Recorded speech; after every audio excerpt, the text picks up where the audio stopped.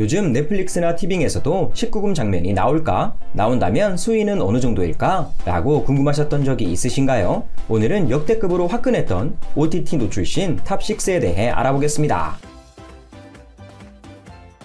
6위는 폴란드에서 제작된 화제의 영화 365일입니다. 이 작품은 OTT에 공개된 직후 전 세계를 뒤흔들었죠. 성인 로맨스 영화다 보니 아주 자극적이고 화끈한 내용이 주를 이뤘습니다. 주인공인 마시모는 마피아 조직의 젊은 보스입니다. 그리고 상당한 갑부죠. 그는 우연히 본 절세미녀 라우라에게 집착하게 되고 그녀를 납치해 365일 동안 자신과 사랑에 빠지게 만들겠다고 선언합니다. 작품에서는 거침없는 노출과 파격적인 장면이 쉬지 않고 이어졌습니다. 욕실, 요트 위, 비행기 등 여러 장소에서 19금 씬을 소화했죠.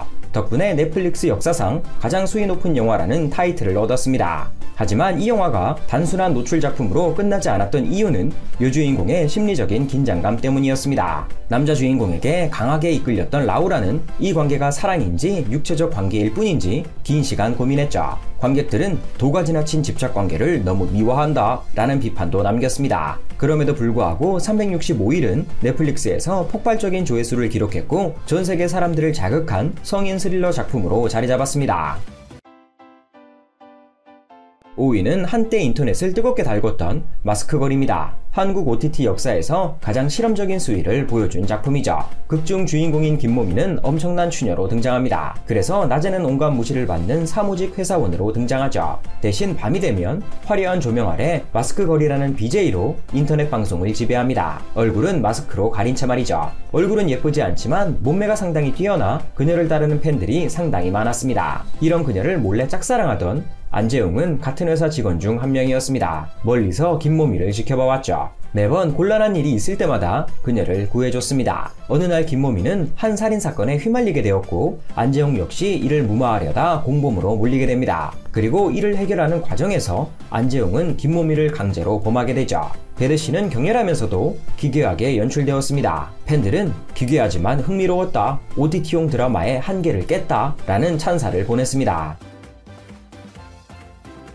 클로이는 한번 보면 잊기 힘든 묘한 긴장감과 관능미로 가득한 작품입니다. 이야기는 겉보기엔 완벽한 부부로 보이는 의사 리암 니슨과 그의 아내 캐서린으로 시작합니다. 겉보기엔 정다워 보이지만 캐서린은 사실 남편이 바람을 피고 있다고 확신하죠. 그녀는 남편의 외도를 확인하기 위해 매혹적인 젊은 여성 클로이를 고용해 남편을 유혹하도록 계획을 짭니다. 남편을 유혹하는 횟수가 많아질수록 캐서린도 클로이와 점점 가까워집니다. 그리고 둘만의 비밀스런 관계를 만들게 되죠. 결국 이 과정에서 육체적인 19금 관계가 등장합니다. 사실 이 영화의 매력은 노출보다 감정의 긴장감에 있습니다. 클로이의 순수하면서도 위험한 표정, 캐서린의 억눌린 불안과 호기심이 관전 포인트죠. 이 과정에서 보여지는 배드신은 단순한 자극이 아니라 감정의 폭발이자 외로움을 이겨내는 과정이었습니다. 팬들은 배드신 보려고 왔는데 명작을 감상하고 간다 라며 호평했죠.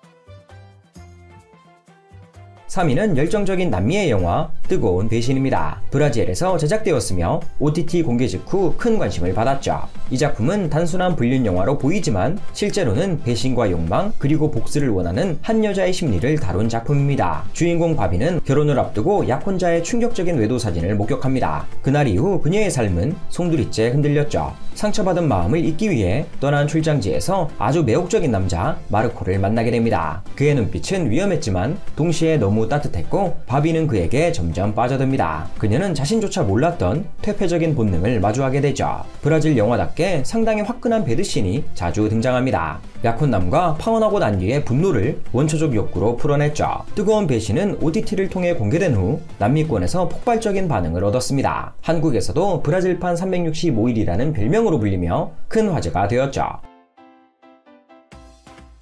2위는 현대적인 감성과 영상미가 뛰어난 작품 채털리 부인의 연인입니다. 한때 금소로 지정될 만큼 파격적이었던 영국 소설 레이디 채털리스 러버를 영상으로 재해석한 작품이죠. 공개 당시 아름답고 품격 있는 영상 속에서 거침없는 사랑 장면이 등장하며 전 세계적인 화제를 모았습니다. 주인공 채털리 부인은 전쟁에서 하반신이 마비된 귀족 남편과 결혼했지만 이 관계는 애정도 열정도 사라진 상태였습니다. 하루하루가 의무로만 이어지는 결혼 생활 속에서 그녀는 숨이 숨이 점점 막혀갑니다. 그때 등장한 인물이 바로 남편의 사냥터 관리인 올리버였습니다. 서로의 신분은 달랐고 사회는 그들의 관계를 허락하지 않았지만 그들은 거스를 수 없는 이끌림에 사로잡혔습니다. 비 내리는 들판, 풀잎 사이의 숨결, 그리고 아무도 보지 않는 숲속에서 19금 장면을 소화했죠. 갇혀있던 인간의 자유와 감정을 상징적으로 표현한 순간이었습니다.